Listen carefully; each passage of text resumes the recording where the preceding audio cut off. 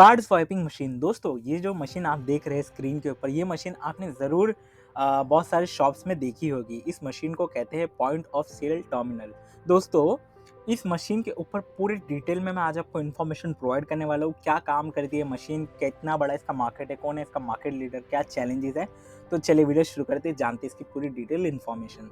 दोस्तों सबसे पहले तो इसको पीओएस टर्मिनल बोलते हैं, मतलब कि पॉइंट ऑफ सेल टर्मिनल। दोस्तों ये एक डेबिट कार्ड, क्रेडिट कार्ड और यूपीआई सपोर्ट करता है। मतलब कि आप डेबिट कार्ड भी स्वाइप कर सकते हैं, क्रेडिट कार्ड भी स्वाइप कर सकते हैं और यूपीआई भी आजकल ये सब मशीन जो नए आ रहे हैं वो सपोर्ट करने लग गए।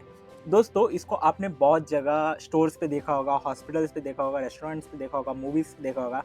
क्योंकि दोस्तों इसका मेन काम यही रहता है कि आपके जितने भी कार्ड स्वाइपिंग के काम है या फिर यूपीआई के काम है उसको आसान करना। मेन मकसद इसका यही था, इसलिए बनाया गया था। ओवरऑल एडवांटेजेस की बात करें तो इसके 3 मेजर एडवांटेजेस है। सबसे पहला डेली ऑपरेशंस। दोस्तों अगर आपको डेली ऑपरेशंस चलाने, आपका बहुत बड़ा स्टोर्स है या फिर आपका हॉस्पिटल है, तो दोस्तों उसके लिए आपके पास में बहुत सारे ऐसे कस्टमर्स आएंगे जो यूपीआई पे ट्रांजेक्शन करेंगे, और दोस्तों बहुत सारे ऐसे आएंगे जो डेबिट कार्ड और क्रेडिट कार्ड भी उससे बेसिकली ट्रांजेक्शन करेंगे। तो ये मशीन आपके काम को बहुत ही आसान कर देती है। सेकंड एडवांटेज है इजी टू यूज। दोस्तों इसको यूज करना बहुत ही आसान है। कोई भी अगर आप सिंपल से एक आदमी को सिखा दोगे कि इसको कैसे स्वाइप करना है और कैसे यूपीआई का ट्रांजेक्शन करवाना है, तो कोई भी इसको कर सकता है। ये बहुत ही आसानी से यूज किया जा सकता है। थर्ड एडवांटेज की बात करें तो वो है no tension in the minds of the store owner. दोस्तों नॉर्मली अगर आप एक बहुत बड़ा स्टोर चलाते हो तो एक सबसे बड़ा प्रॉब्लम होता है ट्रांजैक्शन को हैंडल करना। कैश ट्रांजैक्शन को हैंडल करना बहुत आसान है, बट क्रेडिट कार्ड ट्रांजैक्शन और जितने भी डेबिट कार्ड ट्रांजैक्शन और आपके यूपीआई ट्रांजैक्शन हो गए, उसके लिए आपके पास एक ऐसी मशीन होनी चाहिए जो फटाफट हर एक काम में आपकी हेल्प कर सके और वो काम बहुत ही आसानी से हो सके। तो दोस्तों इसीलिए इस मशीन को बनाया गया था। दोस्तों इस पूरी मार्केट के एनालिसिस करते हैं, पीओएस टर्मिनल के मार्केट के एनालिसिस। तो दोस्तों 2018 से लेकर 2028 तक ये जो इंडिया का मार्केट है ये ग्रो करेगा ऑलमोस्ट 11.77 कैगर से। मतलब कि कंपाउंड एनुअल ग्रोथ रेट रहेगी, मतलब कि हर साल में ये ऑलमोस्ट 12% के हिसाब से ग्रो करने वाला है। और वैल्यूएशन की बात करें पर इस मार्केट की तो वो है ऑलमोस्ट $27.47 बिलियन एज ऑफ 2020। मई 2022 में ऑलमोस्ट 61.69 लैक्स पीओएस टर्मिनल बेचे गए थे एज पर दी आरबीआई रिपोर्ट। और दोस्तों इसकी वैल्यू थी ऑलमोस्ट 42,266 करोड़। हाँ दोस्तों इतनी ज़्यादा थी इस पूरे सेल्स की वैल्यू। और दोस्तों अगर मैं आपको 5 ईयर का ग्रोथ दिखाऊं, कितना ग्रोथ हो रहा है सेल्स के हिसाब से, तो FY16 मतलब कि फाइनेंशियल ईयर 16 में ऑलमोस्ट बेचे गए थे पीओएस टर्मिनल 1.4 मिलियन, 17 में बढ़ के हो गया 2.5 मिलियन, 18 में बढ़ के हो गया 3.1 मिलियन, 19 में फिर बढ़ के हो गया 3.7 मिलियन और 20 में बढ़ के हो गया ऑलमोस्ट 5.1 मिलियन। दोस्तों इसकी ग्रोथ रही है 5 साल में ऑलमोस्ट 38% के कैगर से ग्रो किया है। और दोस्तों अगर मैं आपको रिटेल सेगमेंट में, मतलब कि दोस्तों जितना अमाउंट इसके थ्रू ट्रांजैक्शन होता है उसकी डिटेल दूँ, value of POS in retail segment, जो क्योंकि सबसे ज़्यादा इसको जो मार्केट कंट्रीब्यूट करता है वो रिटेल का मार्केट है, तो उसकी अगर हम लोग डिटेल एनालिसिस करें 5 महीने की, तो दोस्तों जनवरी 2022 में इसकी वैल्यू थी ऑलमोस्ट 32.74 करोड़। मतलब कि दोस्तों इतना टोटल सेल्स हुआ था इस पीओएस टर्मिनल के थ्रू। दोस्तों फेब 2022 में ये नंबर बढ़ के हो गया 32.50 करोड़। मार्च 2022 में ये नंबर बढ़ के हो गया 38.78 करोड़। अप्रैल 2022 में ये नंबर बढ़ के हो गया 39.81 करोड़ और मई 2022 में नंबर बढ़ के हो गया 42.27 करोड़। दोस्तों ऐसे क्या रीजन है जिस वजह से जो पीओएस टर्मिनल ये इतना ग्रोथ दिखा रहा है, तो इसके सबसे बड़ा एक मेजर रीजन है वॉल्यूम ऑफ कार्ड ट्रांजेक्शन्स। दोस्तों FY16 से लेके FY2020 तक, मतलब ये जो ग्रोथ हुई है कार्ड ट्रांजेक्शन की, वो रही है 39% कैगर। मतलब कि हर साल ऑलमोस्ट 40% के आसपास ये मार्केट ग्रो किया है। तो इतने सारे जब वॉल्यूम्स में आपके ट्रांजेक्शन बढ़ने लगेंगे तो दोस्तों ऑब्वियस सी बात है इसकी भी सेल बढ़ने ही वाली है। मैं पीओएस टर्मिनल की बात कर रहा हूँ। सेकंड रीजन है सबसे बड़ा इसको जो कंट्रीब्यूट करे वो है यूपीआई ग्रोथ।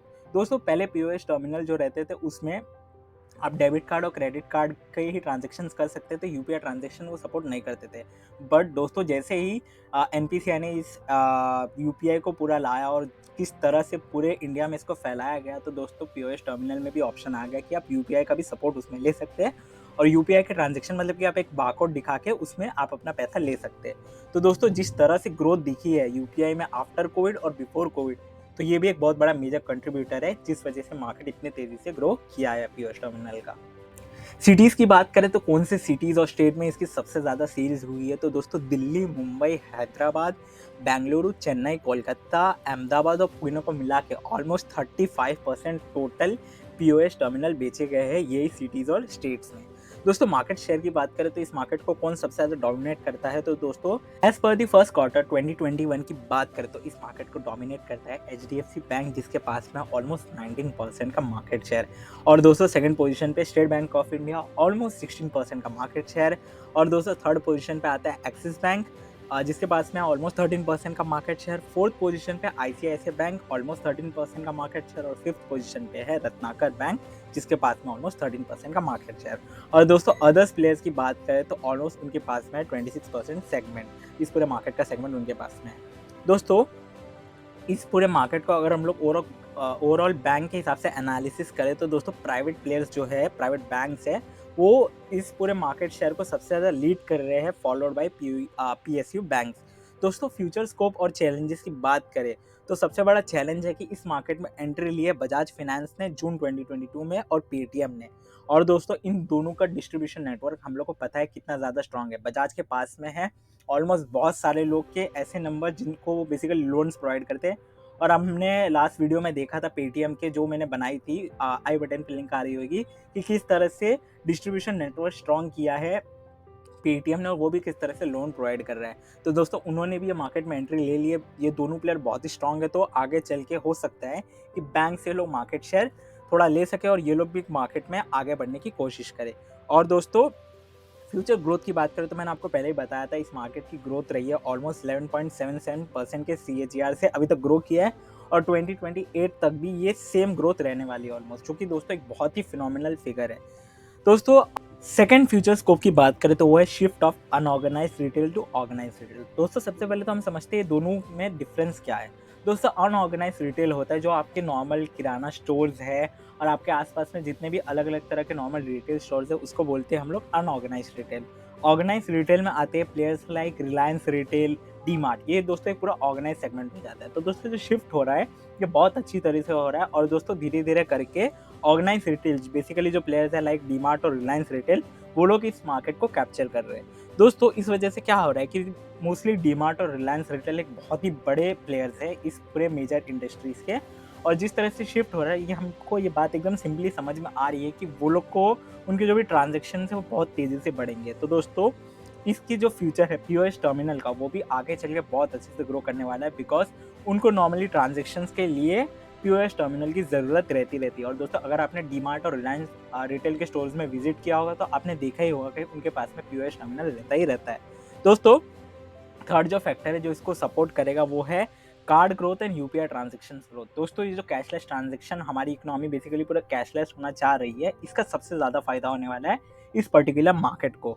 दोस्तों जिस वजह से क्या होगा कि ज़्यादा से ज़्यादा ट्रांजेक्शन्स यूपीआई और कार्ड के थ्रू ही होने वाली है। और हमारा जो ओवरऑल क्रेडिट ग्रोथ की बात करें इंडिया की, वो भी ऑलमोस्ट 18% से ग्रो कर रहा है। तो हम लोग फ्यूचर में देख सकते हैं कि क्रेडिट कार्ड का ट्रांजेक्शन भी बहुत जल्दी तेज़ी से बढ़ने वाले हैं।